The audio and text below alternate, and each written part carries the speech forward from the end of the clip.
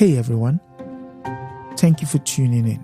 This is Adesoji Speaks Knowledge, a show for seekers of authentic information on Africa past and present. I am your host, Adesoji Iginla, an African history scholar with years of study in the bag. For more information on Africa's history and geopolitics, subscribe to Adesoji Speaks Knowledge on YouTube.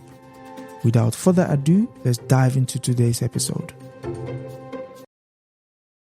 Yes, good day again, wherever you're getting this from. And if you're listening after, today is the 5th of July. In the UK, maybe. In the UK, in the United Kingdom, and the 4th for the rest of the world, who has to play catch up, as usual, to the mother of all the imperialists. Again, welcome to African News Review, a weekly conversation in which I look at the coverage of Africa in Western media and deconstruct the story for our audience. My name is Adesoji Iginla, and with me, as always, is a journalist, a publisher of Black Star News, broadcaster WBAI, that's New York Radio for you. He teaches African history at John Jay College of Criminal Justice.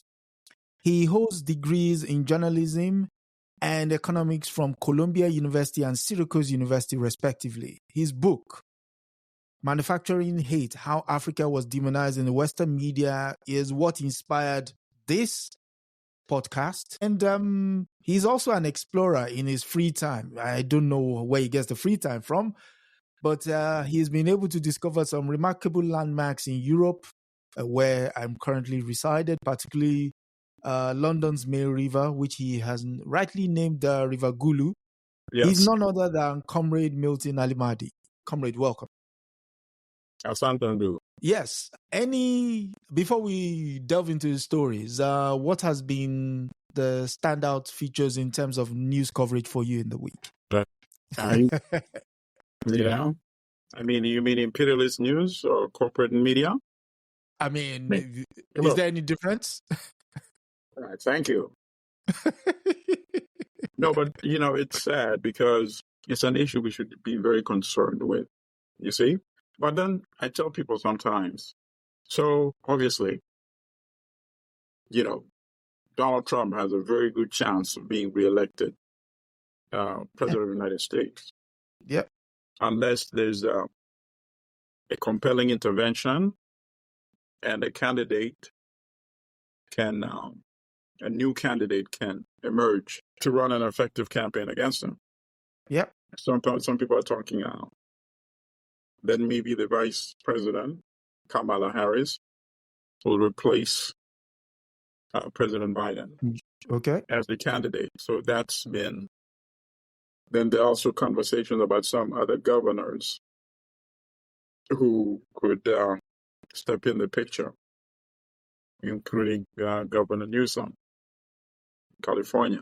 But so when you say the news, the corporate news, of course, because they're the ones that have the bandwidth to disseminate their propaganda widely, not only within the United States, but globally.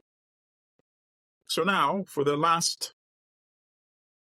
look, I traveled to Grenada last weekend, right? Yep. I came back on Tuesday. So when I left, they're talking about will Biden step down in favor of another candidate to run against Trump. I came back, the same conversation. So if you tune on the usual suspects like CNN, that is the topic for the whole day. You go to MSNBC, that is the topic for the whole day. They do a great disservice to the vast majority of people in this country who want to know about issues of impoverishment, issues about education, so many other things that concern human beings.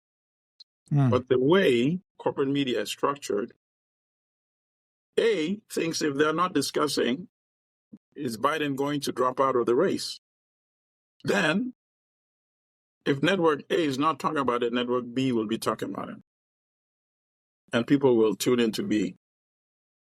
If B is not talking about it, then C will be talking about it.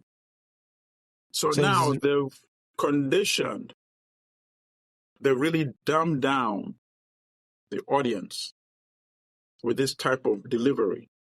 And then because they have that incestuous type mechanism, we must do this because the other network will be doing it if we don't. So it's not so much about how do we deliver quality, impactful, useful information to the listening audience. You see? It's about how do we prevent our competitors from gaining an advantage over us, or how do we not trip ourselves up and allow them to gain. Can you imagine? Is that how really information should be delivered? Let's think about it. And that is the problem. So I think, I'm glad you actually asked that question, because now it allows us for people to understand why they cover certain issues the way they do and why they don't cover some issues. So for example, some people ask me, wait, when I'm here in the U.S. and I'm watching, the network news or even cable, right? Why don't they ever cover Africa? An African president was visiting. I didn't see it even mentioned in the news, right? Because why would Channel A want to focus on the visit of an African president to the U.S. when Channel B won't touch it, Channel C won't touch it? Therein lies the problem. I mean, if they wanted a model that is not only looking at the bottom line, right, as the only issue, and say that all of us collectively should decide that 15 minutes out of every hour broadcast, we're going to subsidize it. It's going to be commercial free. Maybe it's worth knowing what's happening in South Africa. Correct? True. And when we look at South Africa, let's not just look at, now we have a government involving Europeans and Africans. No. Deal with the issue, the crisis there. Right? And I'm not just saying for Africa. You can look at what's happening in the Caribbean right now with Hurricane Beryl. Right? Correct. That, to me, would be much wiser. But if you say profit is the only consideration, that's why media becomes a source of mass disinformation or misinformation, and it contributes to the collapse of some of these Western societies. Yeah, thank you for in the UK now, there is the general election has just concluded and the results are coming out. We should, by midday tomorrow, we should know whether we have a new government or the previous government has been returned to power, which is highly unlikely anyway.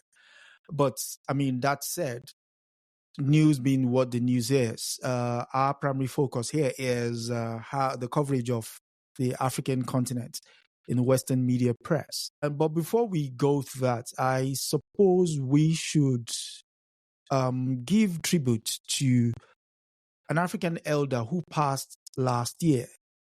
June 30 would mark the 1 year of the passing of Misere Githa Mugo. And for those who are not familiar with who she is, I would allow her speak for herself. Let's go.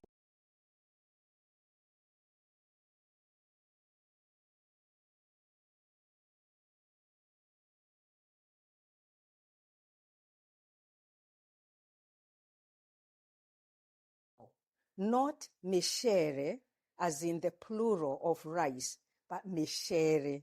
I am mishere, the one who travels, the one who visits, the one whose name comes from Njeri, one of the 9 daughters of Mumbi. So Meshere is a version of Njeri. I am a woman. I am the mother of Mumbi and the late Njeri. I am a daughter of the Githae family and by a former marriage of the Mugo family. I am a native of Baricho, India Division, Kirinyaga district in Kenya. I am a daughter of the Kenyan soil. I am a border crosser, defying geographical containment. I am Zimbabwean, I am African, I am Pan-African, I am Nigerian, I am Jamaican, I am an internationalist, I am a Black American, I am a transnationalist, I am a citizen of the world. I am a communalist, mother to my sisters and brothers' children. I am a grandmother to their children's children. I am a teacher. I love teaching. I'm passionate about teaching. I have so many titles of distinction as a teacher. I call myself, and my students call me Mwalimu. I am a poet, playwright, and essayist. I am a lover of Africana orature and the orate traditions of our people. I am deeply rooted unapologetically in indigenous Africana sites of knowledge. But I'm also a creative seeker of knowledge, wherever it comes from, without borders. I am a human rights activist driven by the spirit and visions of Utu and Ubuntu. My favorite motto is, I quote, "I am because we are, and since we are, therefore I am." I love the Shona greeting in which you ask me, "How are you?" And I tell you, "I am well if you are well." I am a 2-time cancer survivor, still battling the second bout of multiple myeloma, a cancer of the bone marrow, and I'm marching forward. I am a loser at times, but oftentimes a winner. I am a swimmer in the stream of life. I am Meshere Githae Mugo. Yes, and God rest her soul. Comrade, any words? Yeah. I mean, there's not anything I can actually add to what she said. It echoes and it rings and it stands alone. But it shows you the beauty and power of words, right? Of a liberated mind. As she said, unapologetically, a liberated African mind. And we wish we had more, Africans with minds like that, Africans that are educated, that realize that African intellectualism, should be second to none. And, produce other Africans of that intellectual and mental caliber. Because I think 90% of the problem that we face is our inability to convince enough of us that we can do it. We can do it. And if we all believe we can do it, then we would do it, you see? But part of the legacy of imperialism, which has been most enduring, is the intellectual and mental castration of Africans, and the internalization of inferiorization, you see? That's a big problem. But listening to a person like this, she's telling you she can do anything. And listening to her, you can actually believe that she could do anything. You see? Of course. She's a Pan-African. She's anti-imperialist. She's an African depository and repository of knowledge in the stream of life. Stream of life, yes. Yeah. Yes. That's what you call really a beautiful mind, you see? And it's sad that, she joined the ancestors, but obviously her body of work remains. And as she said, she enjoyed teaching, and I hope people will continue to learn from the body of work that she leaves behind. Obviously, she's an intellectual and artistic colleague and comrade of her fellow Kenyan, Ngugi wa Thiong'o, Ngugi wa Thiong'o, yes. whose contribution to literature and critical analysis, Pan-Africanism has also been profound, just like his sister's contribution as well. So may she, as you said, may she rest in peace with the ancestors. Yes, and speaking of her body of work, you could get her book, Writing and Speaking from the Heart of My Mind by Misere Gitai Mugo. She also contributed towards writing the history of the Mau Mau, the story of the Kenyan and Land and Freedom Army. So again, just like Brother Milton said, she and Ngugi wa Thiong'o were, pivotal to helping gather that together.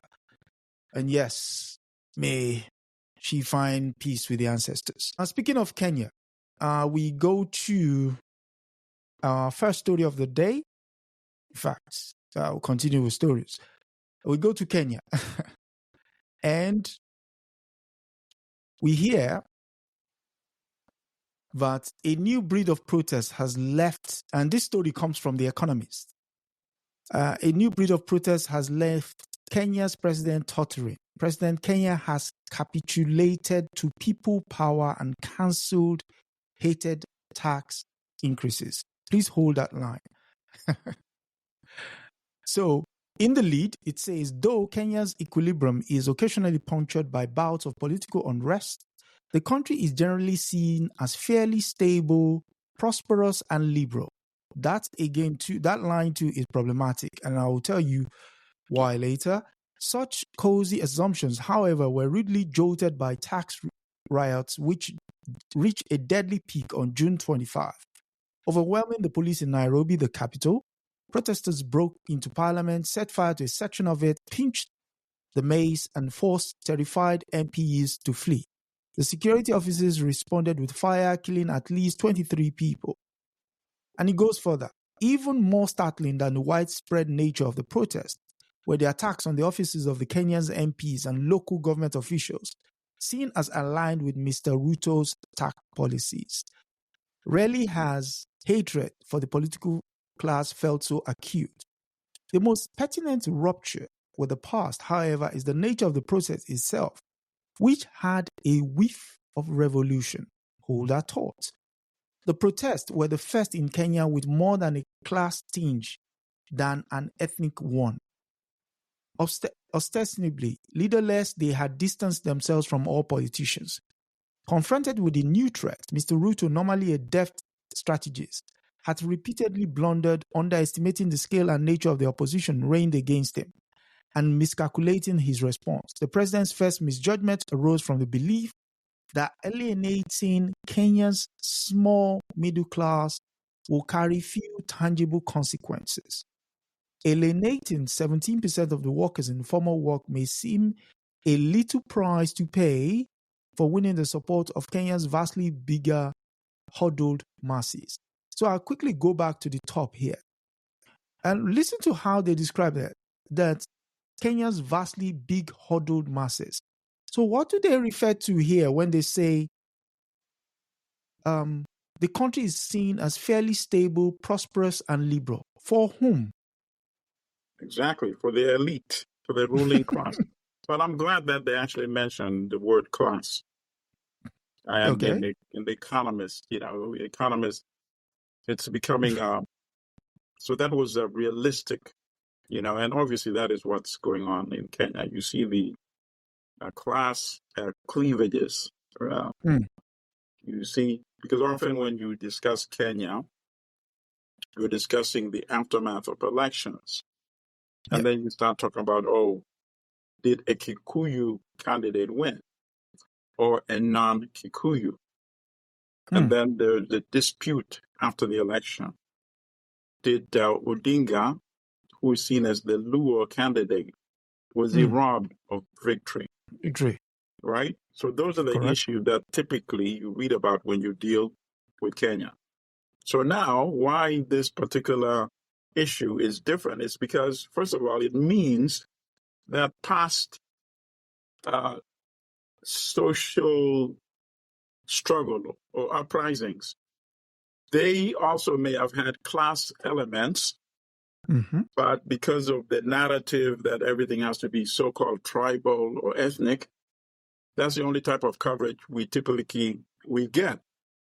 On this occasion, they could not fall back on that default, you see, because you could not say, oh, this is being led by Luo. This is being led by Kikuyu. This is being led by Kalenjin, or what have you. No, they mobilize the young people on social media, and they said, these are the issues. We can barely survive, and if this tax goes through, then we're done for, particularly when some of the taxes are on essentials. In urban areas, you can't, a big city like Nairobi, you can't just go back into your backyard and plant vegetables or tomatoes, right? You have to purchase food in stores or supermarkets.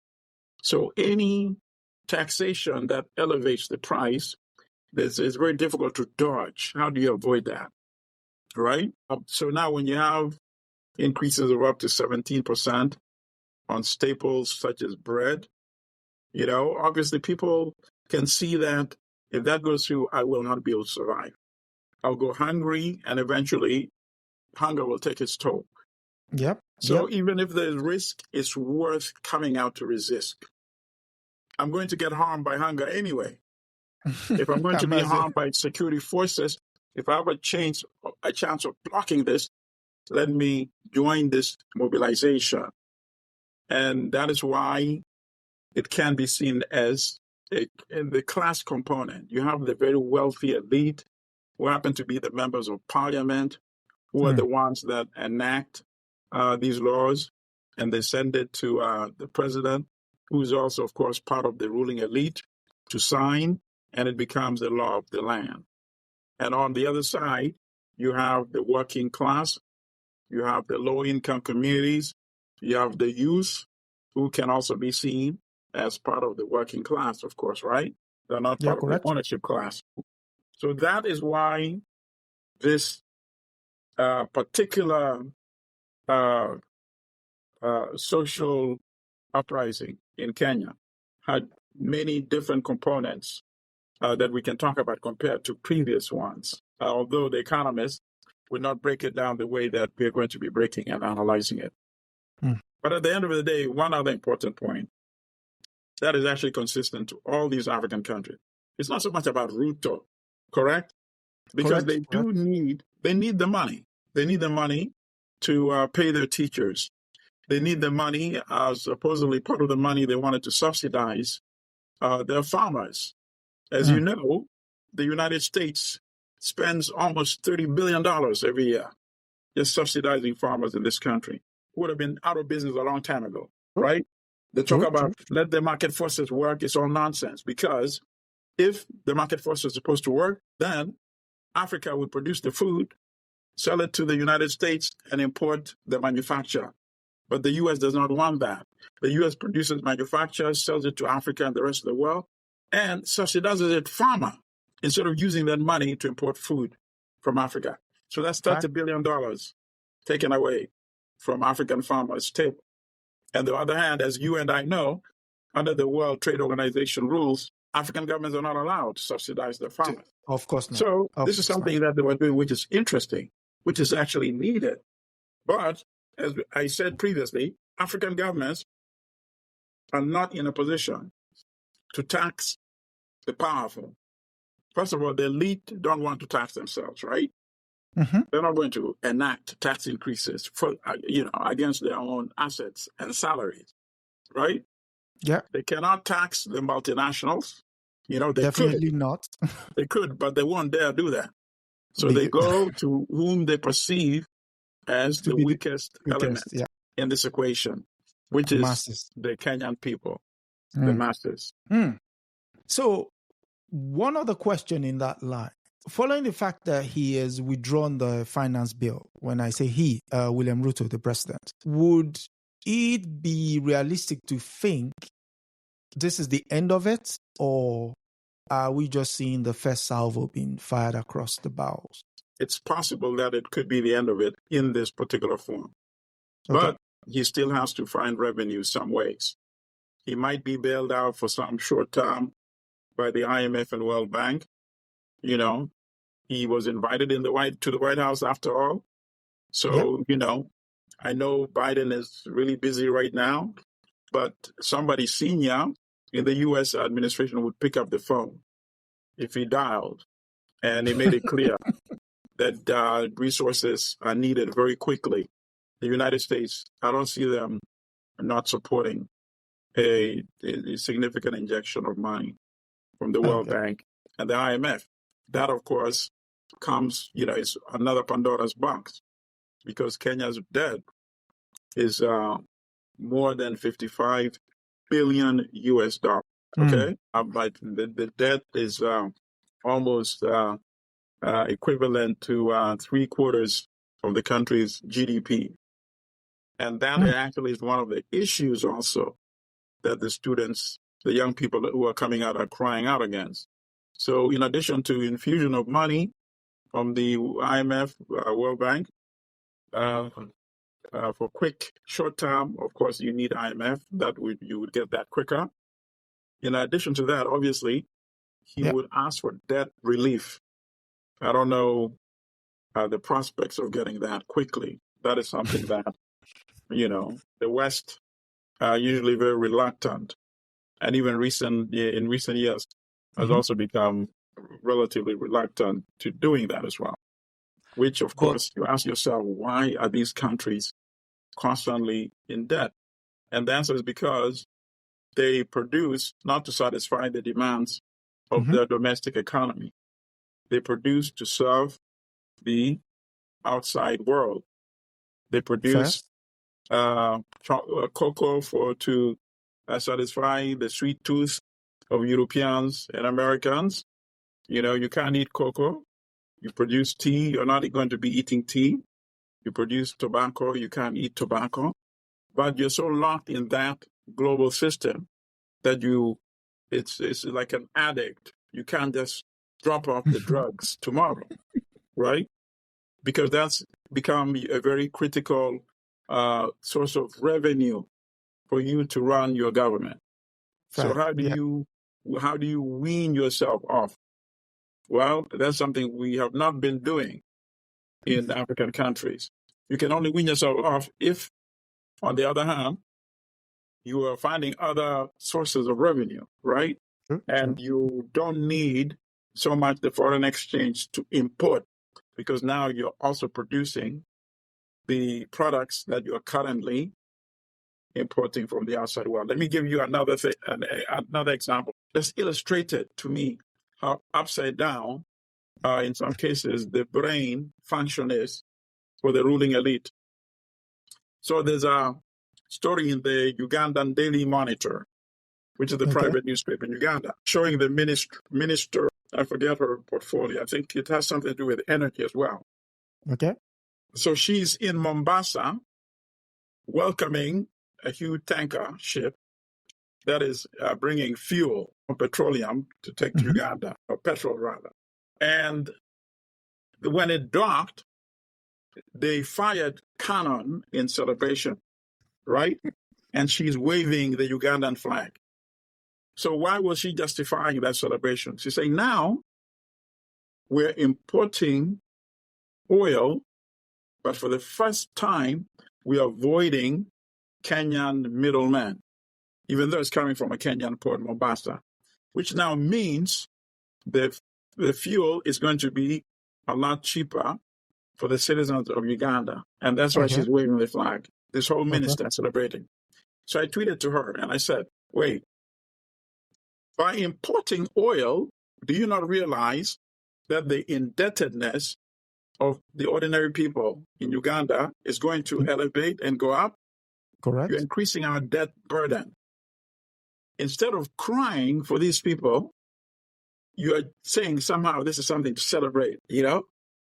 This is, and I said, this is the folly, really, of the clueless elite that run some of these countries. And I think it dawned on her brain for the first time that perhaps I should not be celebrating imports of fuel to an African country. Just mind-boggling. It just shows you the cognitive dissonance, the disconnect, you know, between the people on the ground and the ruling elite. I mean, if anything, for Mr. Ruto, his country now has a non-NATO ally status. So he might get some, anytime there's a spending bill, he might get some money thrown his way. Europeans don't throw money for free. And one of the demands already that the young people are protesting is that he's mortgaged the country to the West and to the World Bank. I don't think this is a time faced with this formidable type of protest that he's going to be publicizing any efforts. If he has it's going to be done at night and quietly. Any efforts to ask these countries to bail him out. Yeah. So he's between a rock and a hard place, as they say. But in reality, as I said in the beginning, it's not Ruto. You could put any other president, any other president. It could be Odinga, you know, if he had been declared as the winner of the election and he's the president. You know, it could be any other major Kenyan politician. Structurally, our economies are the same. If we want to start developing a better understanding on the crises, let's resist the temptation to particularize it as individual issues or even particularize it to particular countries. You should ask yourself, why do all these African countries have similar problems? It cannot be that all the leaders are similarly incompetent. You see? They can't be that consistent, right? You know, think about it. You know, randomly, just all of them happen to be uniformly incompetent? Or do they face uniform set of factors that result in the type of crisis? And to benefit and educate our viewers, answer is yes. They face uniform types of challenges. They are not allowed to industrialize. They're not allowed to produce the smartphones that almost every African now has. They're not allowed to produce those computers. They're not allowed to produce those automobiles that you see in the streets of Africa, jet planes that African airlines have. They just don't produce. They're only permitted to produce so-called raw materials, including the ones I mentioned earlier, and then minerals, copper, cobalt, coltan, manganese, uranium, you need it, you name it. They're not allowed to use those mineral resources to put it through factories and produce products. They sell it, these huge ships just take it raw to Europe, to the United States, and increasingly, of course, to China and other Asian countries. So at the end of the day, they need to borrow money to buy manufacturers, including even medicine, right? Because they are not they didn't even put enough energy into saying we have all these plants. Then many of these corporations, the ones even that produce pharmaceuticals, they get the components, the raw material, the ingredients, the plants from African countries. Yeah. So should we not be leading the world in those type of production? Even that we don't have. Instead, we still import medicine from outside. So we're in a serious crisis, really. And it's not a Ruto crisis or Odinga crisis. But what happens is, faced with this type of crisis, to what extent do the individual African rulers resort to brutality to crush opposition, to crush the demands.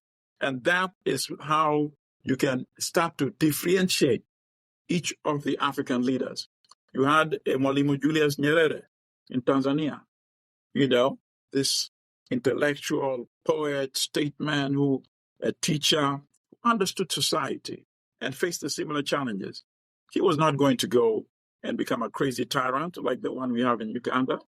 At one point, he realized that he had pushed as far as he could. He stepped down from power.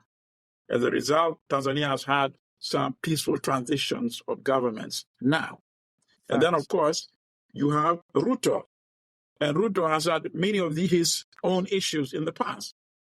But as the Kenyan economy has become more evolved and sophisticated, you were in the White House the other day. So it's very difficult to see Ruto issuing an order and saying, even if it takes killing 100 or 200 Kenyans, I wanted to suppress this uprising. Nobody's going to threaten my presidency. Museveni in Uganda can still do that. And he might, but not Ruto, because the Kenyan economy is sophisticated and is a very critical component of the Western system. You have all those multinationals in Nairobi. If there's a choice between stability and Ruto, Ruto is going to be out the door. It's our priority. We should come to that. And speaking of the last 2 weeks, I've seen military chiefs meet up in in Botswana, Gaborone. And what's funny was that one of the African members was left out, and the others seemed to be perplexed as to why. I will share. And it's a case of the African Command. So we get this story from the Voice of America. It says Zimbabwe sideline as U.S. African Command conference kicks off in Gaborone. You see everybody with the, looking all prim and proper. Yes. So the lead goes. You know how traditionally. Yeah. I don't know about your village, but in my village, I remember when I used to go visit my late granddad, maternal granddad. Mm-hmm. The guy loved me, man. So he would say, Milton, pick. This is when I was maybe 7 or 8 years old. Pick the biggest chicken, right, that you want us to have cooked for you today. So the first time, I was perplexed. So I pointed at it, right? Okay. I said, okay, very good. And then, one of the other kids there came with a bowl of grains and started feeding the chicken. It didn't make sense to me. They fed the chicken came, I assume the chicken was happy, ate, and then they took him to the back, and it was history. I was consuming the chicken later on. So this thing reminds me of that. They're being fed. Look at that. Look at the picture. They're being fed. Okay. Before they take them behind the house, Okay, so the lead goes, Gaborone, defense chiefs drawn from 32 African nations, excluding Zimbabwe, are attending a 2-day U.S. African Command Conference in Gaborone, Botswana, focusing on the security situation on the continent. Okay. Hold that thought. Security situation on the continent. A senior U.S. official attending the conference says Botswana included Zimbabwe in the list of participants, but Washington objected. Now, hold that thought as well. Now, bearing in mind, we're talking about the African continent. You reject Zimbabwe's attendance. We take instructions from our civilian leadership because some of the policies in Zimbabwe, the Security Council said they will not be invited to the conference, a spokesman said. But that is not to say we cannot learn lessons from Zimbabwe. I want to push back on the statement that we are isolating Zimbabwe. That's not the intent. The intent is that we come in when we are asked. If any African partner wants support or wants us to help in a certain region, that is what we help with. Now, the reason as to why Zimbabwe has not been invited could possibly be this. Zimbabwe President Emerson Mnangagwa, in a meeting with Russian leader Vladimir Putin earlier this month, said his country was being isolated by the US. He said America are aiding neighbors, Malawi and Zambia, with security and military support. And where is it? US imposed targeted sanctions on Mnangagwa and his inner circles over alleged corruption, human rights violation, and election rigging. The Southern African nation has strong relations with Russia, backdating to the country's 1960 liberation war. Its support for Russian invasion of Ukraine has, however, angered the West. Meanwhile, officially opening the conference, Botswana President Mokgweetsi Masisi expressed concern over Africa's spate of military coups. He said undemocratic removal of leadership presents a challenge for the country's security chief. It is imperative that we come together as one cohesive force to achieve Africa's noble vision of silencing the guns by 2030 and ensuring peace and stability across the continent, he said. Your thoughts, sir? All right. First of all, the story is an example of very poor journalism on the part of Voice of America. You know, the journalism is very weak. The quality is not in depth. So the story is almost like a manufactured and forced story. You know, I mean, there are some things I can say about it, but essentially it's a non-story story. Okay. Because the analysis is very shoddy. So while some of the things said could be true, they're very insignificant, right? Yep. Because first of all, why are you picking this story and focusing on Zimbabwe if you're telling us that only 32 countries were represented? You know, just think about that. Yeah, only 32 represented, which means 22 with nowhere to be others found. were not there as well. So why is Zimbabwe supposed to be so conspicuous? So on that element alone, the editing is very weak. The editor should have said to this journalist that this is weak journalism. And it could be that, you know, possible that the U.S. wanted to send a little message to President Mnangagwa of Zimbabwe and sent a press release that triggered this story. Zimbabwe not to attend, you know, a U.S. security conference, Africa Security Conference. It might have been generated like that. It was generated somehow. But a good journalist and the journalist editor would have said, wait a minute, there are too many missing elements here. You know, obviously, they're not going to invite the president of Burkina Faso to this conference, right? True. So would that not be the lead, actually? They're not going to fight the president of Niger, right? Yeah. Or Mali, right? Guinea. Of Guinea. So there are bigger stories there. Why are all these leaders not coming to this conference? And then the things you said about that could be worthy of interest and sustain a whole article.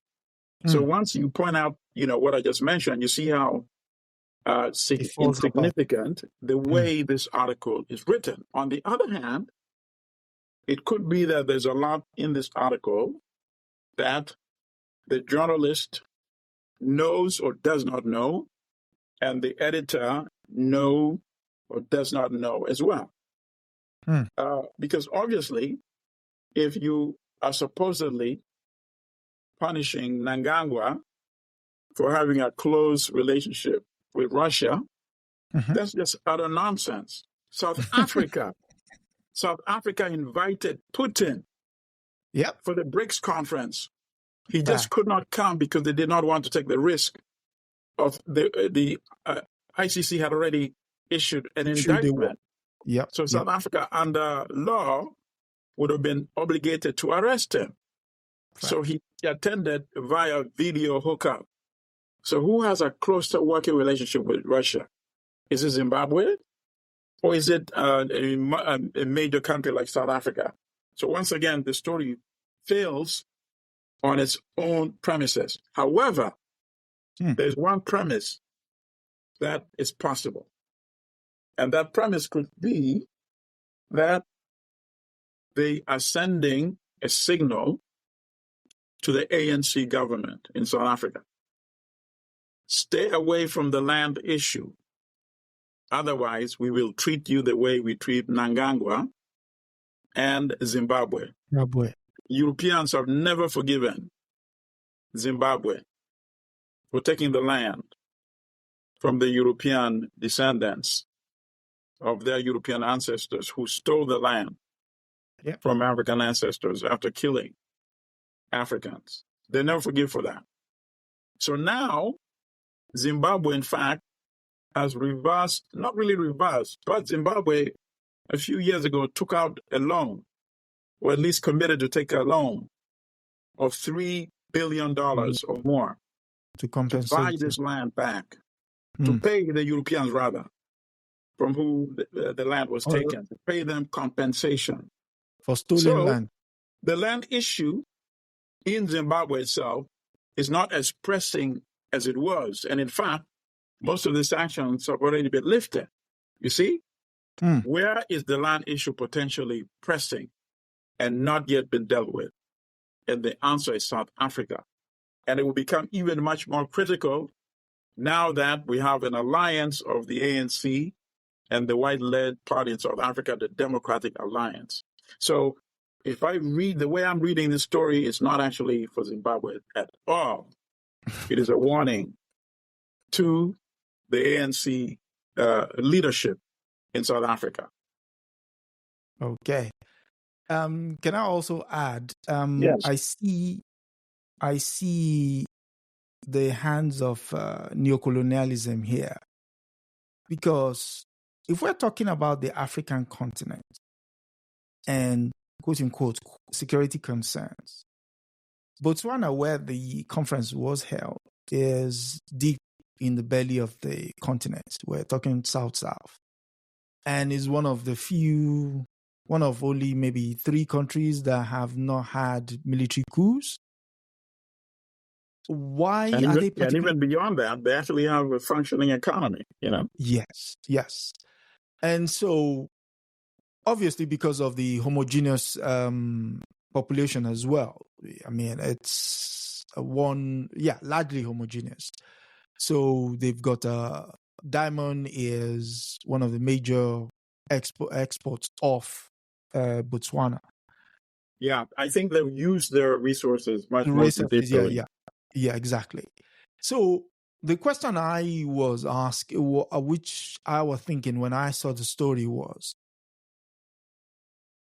if indeed there is a problem with security and quote unquote terrorism and rebel action and what have you, how did this problem start in the first place?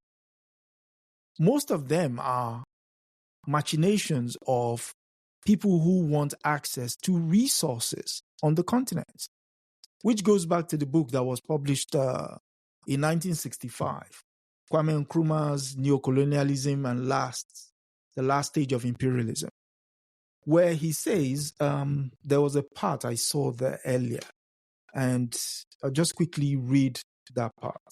And he said, during 1962 to 1963, a number of international conferences to this end were held in several places, such as Nicosia in Cyprus, San Jose in Costa Rica, and Lagos in Nigeria. Participants included the CIA, the United Information Agency, the Pentagon, the International Development Agencies, the Peace Corps, and others. Programs were drawn up to talk about problems in Africa. Why, as my people would say, why are they so concerned with bereaving for more than the aggrieved? Why? I don't get it. No, I mean, of course you get it. You know they're not concerned. You get it 100%. They're not concerned. This is not the purpose of that conference. It's not to explore how to make any African country more secure. Why would they want to do that? Mm. A secure Africa would be able to use its resources to build up the economies of African countries. The U.S. is a corporation. There's no company that I know of in the world that is going to go to subsidize another company. And they see Africa as a collection of small companies. You see, that supply them with the input to go into their big factory. And the big factory is the United States. African countries are like suppliers, you see? So, for example, if you're a Ford company here in the United States, you have suppliers. They send you the components that go into the fan, that goes into the wheel, that goes into the rim, that goes into the engine. And then you assemble all of this in the Ford plant, right? So the best way to see the United States is this big corporation, and Africa as suppliers of all these parts that a company like Ford would need. So now you're going to go to the countries of all these suppliers and say, oh, wait, I don't like it that you guys, you have conflict here. I'm going to help you end the conflict so you could become strong. Somebody would have to be dreaming to believe any of this.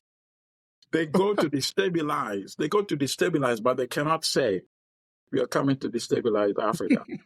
Look at what's going on in the entire Sahel region today. Yep. When did that start?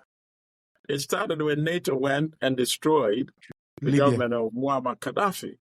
And all the arsenal of weapons he had just became. I remember I saw a very interesting article in the Wall Street Journal. The article itself was short, but it had an aerial photograph of weapons, brand new arsenal. This is after Gaddafi had already been killed. So this weapon was stored in the desert where you don't even need to fence it off.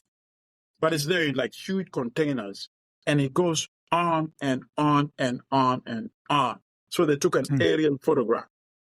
These are the weapons that have been unleashed on the African people by NATO destroying the Gaddafi government.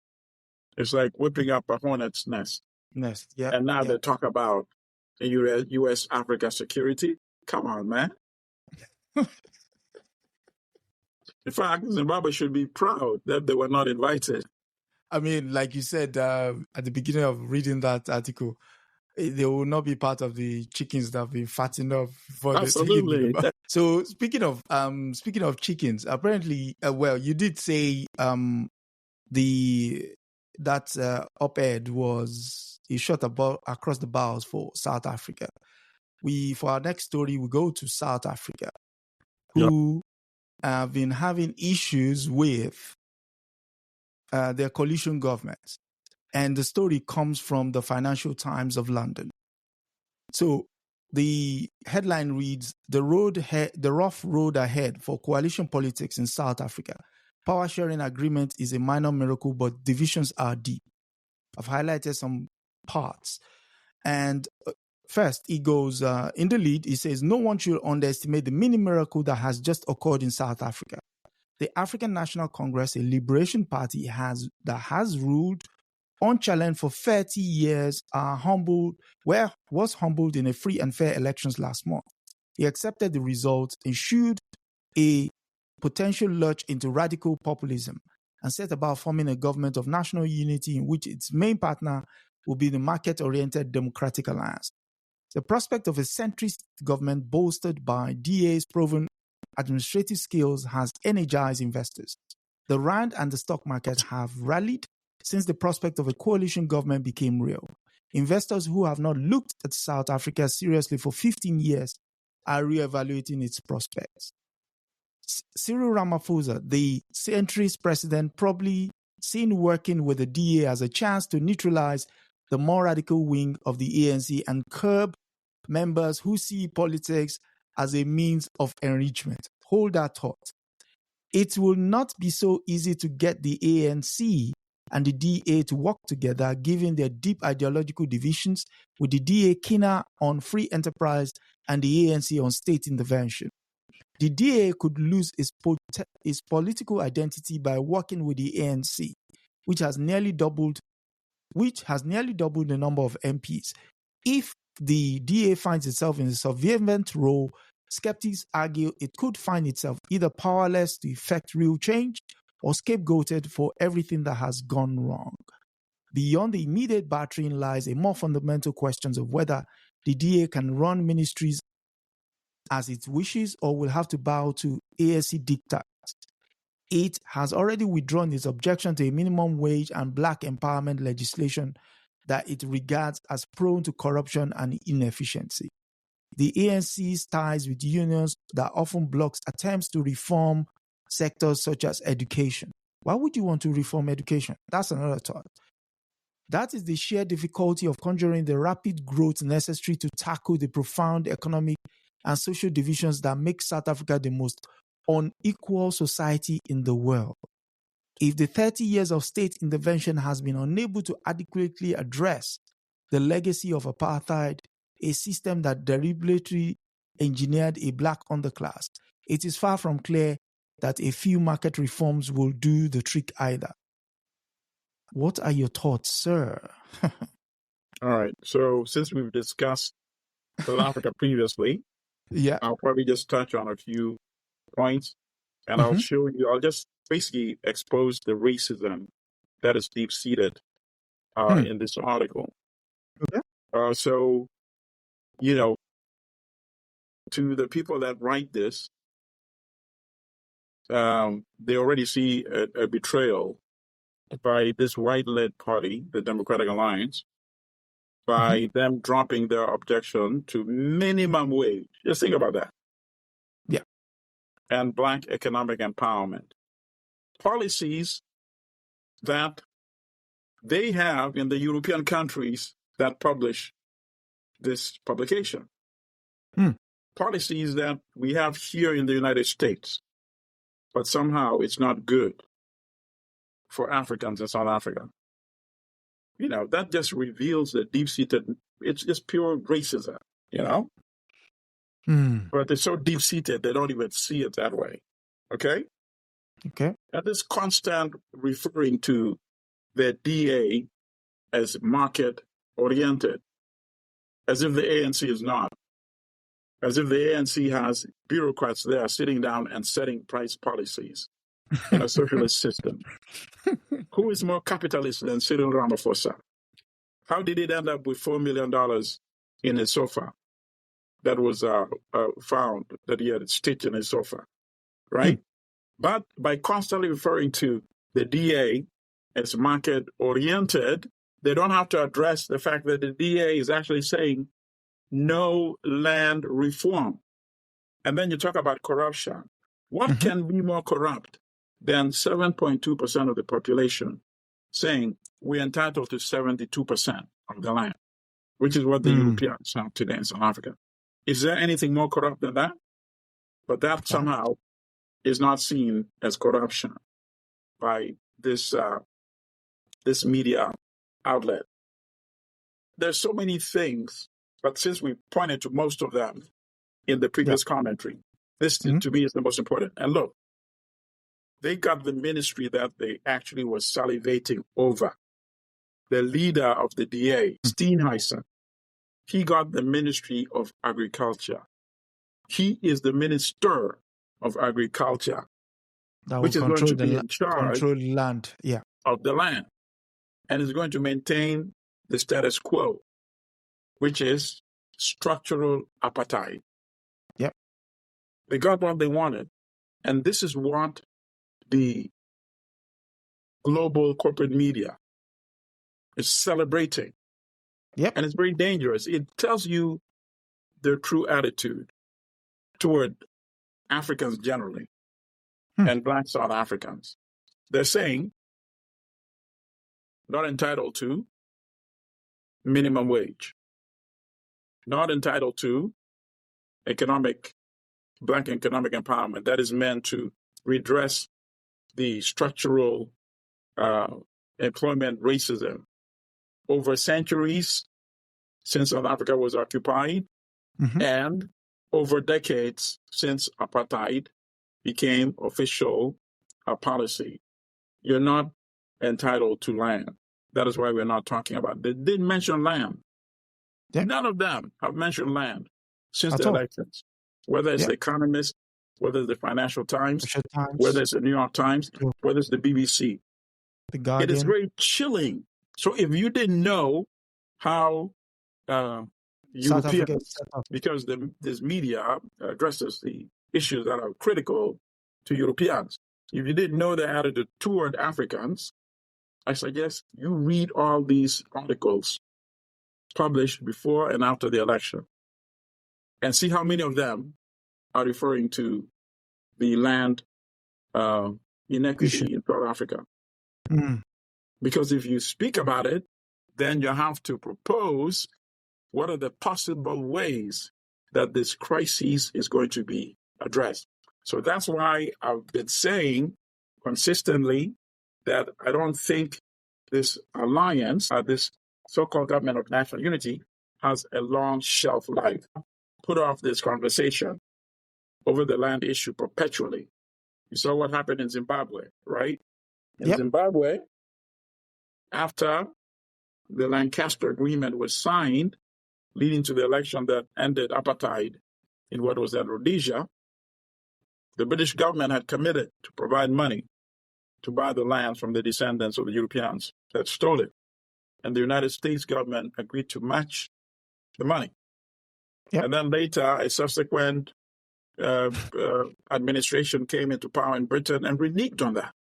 And the U.S. said, if the British are not going to be providing money, there's nothing for us to match.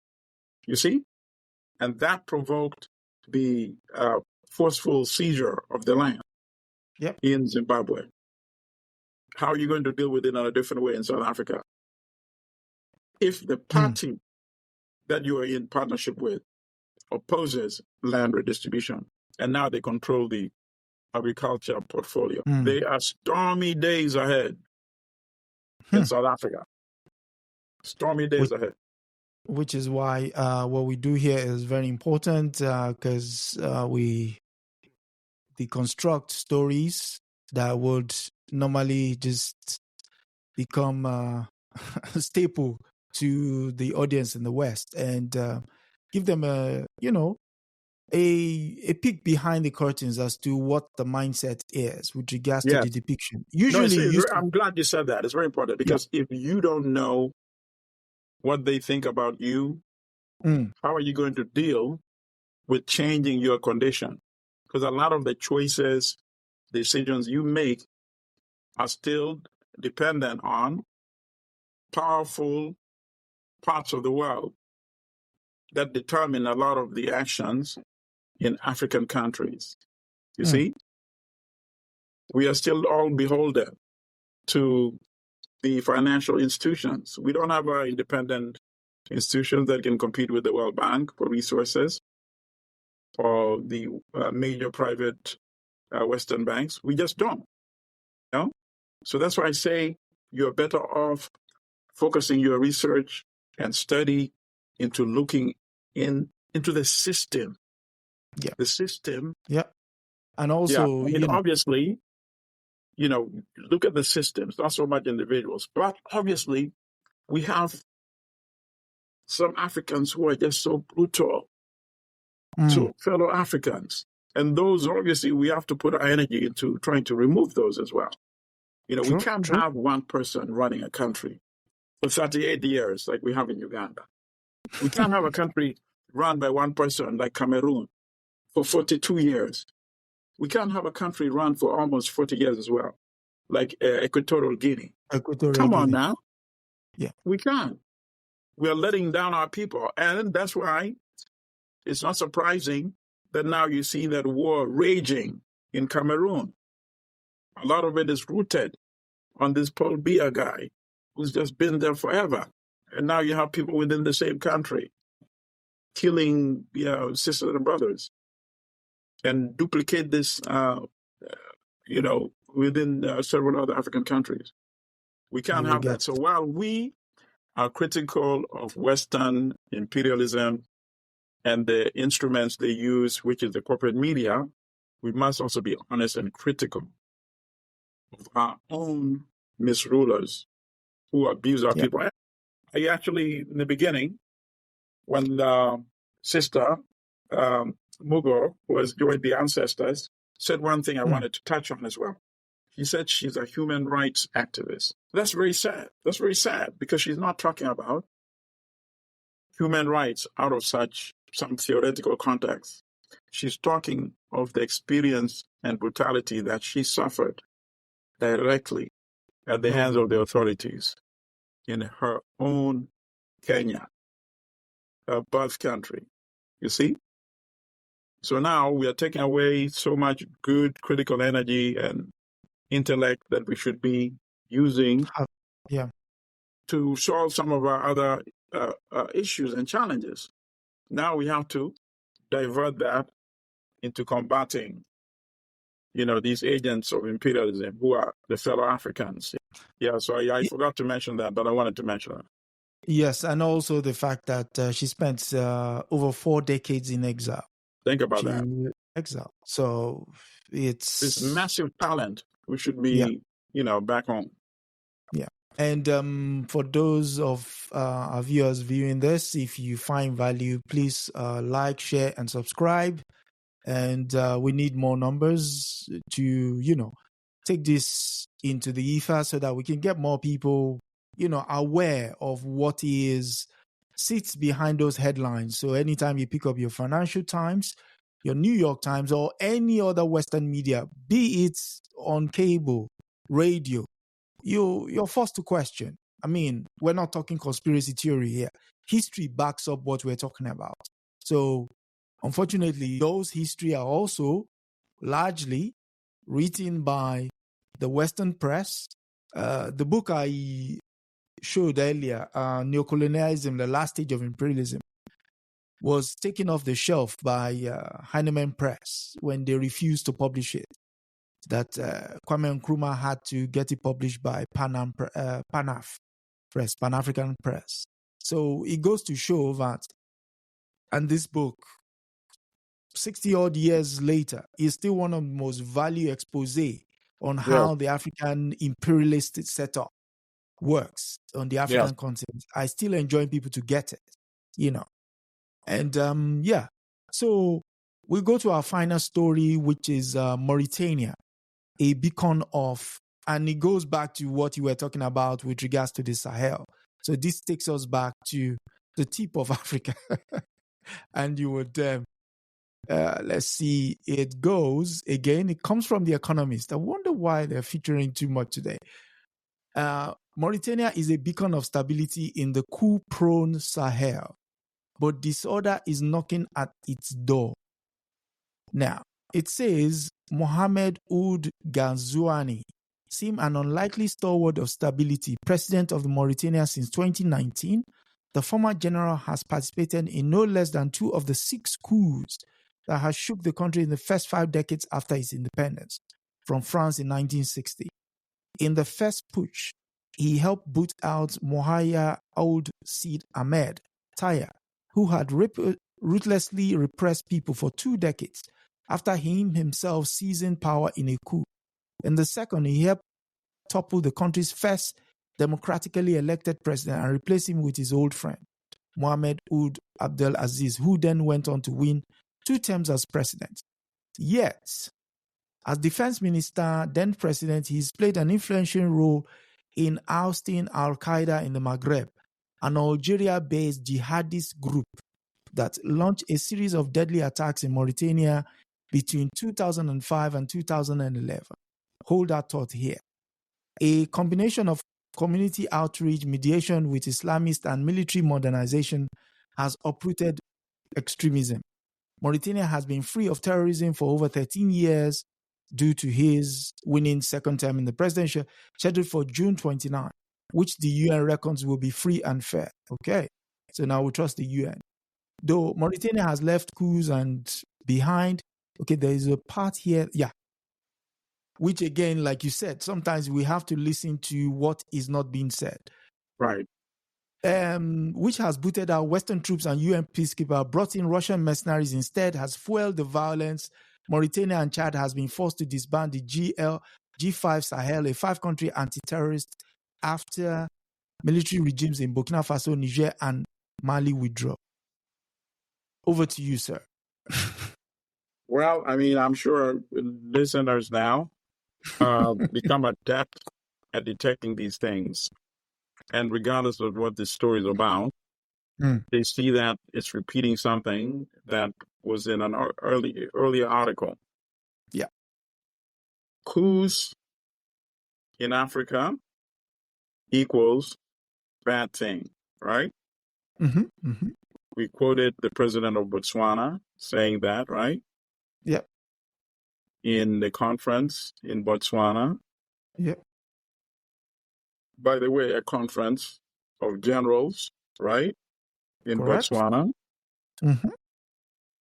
And now, in this article, dealing with a different country, we're hearing the same thing again. Coup in Africa equals bad thing. Although it does not continue and say, unless it's a coup that we like and that we played a role in. Like the one in Chad, right? Like the one in Gabon. Correct. Right? So those are not mentioned. Not mentioned. No mention of Gabon. No mention of Chad. And both had coups. And both supported by the West. Right? Yeah. The level of disingenuous. So what they're not saying anything that is not true. It is what they leave out is really what kills you. And they talked about this insurgency that's really torn up the region, particularly since 2010 and 2011. Now, is this not the height of irresponsibility? To go to an origin year and not explain what had happened at 2010 and 2011. You know, the level of dishonesty is mind-boggling. It's chilling to those of us who are in the know. But to people who read casually, you know, everything they said is true. It did start in 2010. I remember the reports, the news reports of all these killings escalated out of 2010. Ask yourself, what happened 2010, 2011? We discussed that earlier. That's when they went, NATO killed Gaddafi and unleashed all those weapons. So it didn't start because those insurgents started it. It started because they killed Gaddafi. The weapons became available. Then those insurgents started it. You see? But when you pick the narrative to start from where you want, when you can go to South Africa and history begins in after the May 29, 2024 election, and not the arrival in the 17th century from people who stole your land. Then you can tell any story, of course. If I can pick, I can pick and choose where I begin the narrative. I'm in command. So we must not surrender where the narrative starts. It's very critical what was happening at that time, particularly when they want to press a particular narrative. Look at their start date. You see, that's one lesson that I suggest every listener retain. Look at the start date. Go back. The issue of the insurgents. 2010, 2011. You will find that. That's when NATO, nobody is now referring to that decisive, destructive NATO war, which changed dramatically the history of that entire North Africa, Sahel, and West Africa and Central Africa region in a very destructive way. But no, because then they would have to take blame for it. Libya is on fire today. Libya is like a failed state today.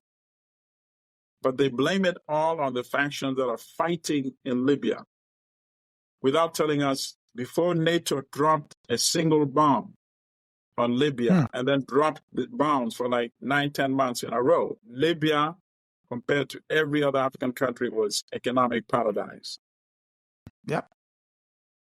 And I would also like to, the bit where they said that there is the Al-Qaeda base, military base in Algeria. That is a figment of somebody's very colorful imagination. The only base in the southern tip of Algeria happens to be the one that has been there since 1976. And it hosts the Western Sahrawi refugees who were expelled from Western Sahara by Morocco and Mauritania by claiming Western Sahara. And Western Sahara now remains disputed. There could have been an election in 1992, but they were being, Morocco was playing hard. It's not even disputed. It's occupied. It's occupied. Occupied. Sorry. Right. I'm using, you see, I've been reading too much Western. Yep. So yes, it's and Morocco occupied. is of course backed by the French. Yes. So they've occupied Western Sahara since 1976, December 25th, 1976. In fact, so it goes without saying that if you do not go back in time to see what has transpired before, you're inclined to run away with a narrative thinking the people are just, headless, mindless, thoughtless people that need to be shepherded. No, there is a reason why we have issues like this on the ground. And from time to time, when you have headlines like this, Morocco is a beacon of stability in the coup-prone Sahel. You have to ask the question, what made it coup-prone, which is what Comrade Allimadi has just explained to us. And yes, again, I thank the good comrade coming through. Next week, we shall return to our regular schedule time, which is 7 to 8 Eastern on Wednesday. And owing to, issues, we had to shift it over to today, but next week. But again, thank you all for coming through. And again, if you find value, and do like, share, and subscribe to the channel, and hit the notification bell so that you get notified that we're having similar type conversations. Brother Milton, over to you. Any last words? A luta continua. Victory Aseta. And from me, myself, I would say Odigbakono, which is until next time. And good night, everyone. Thank you.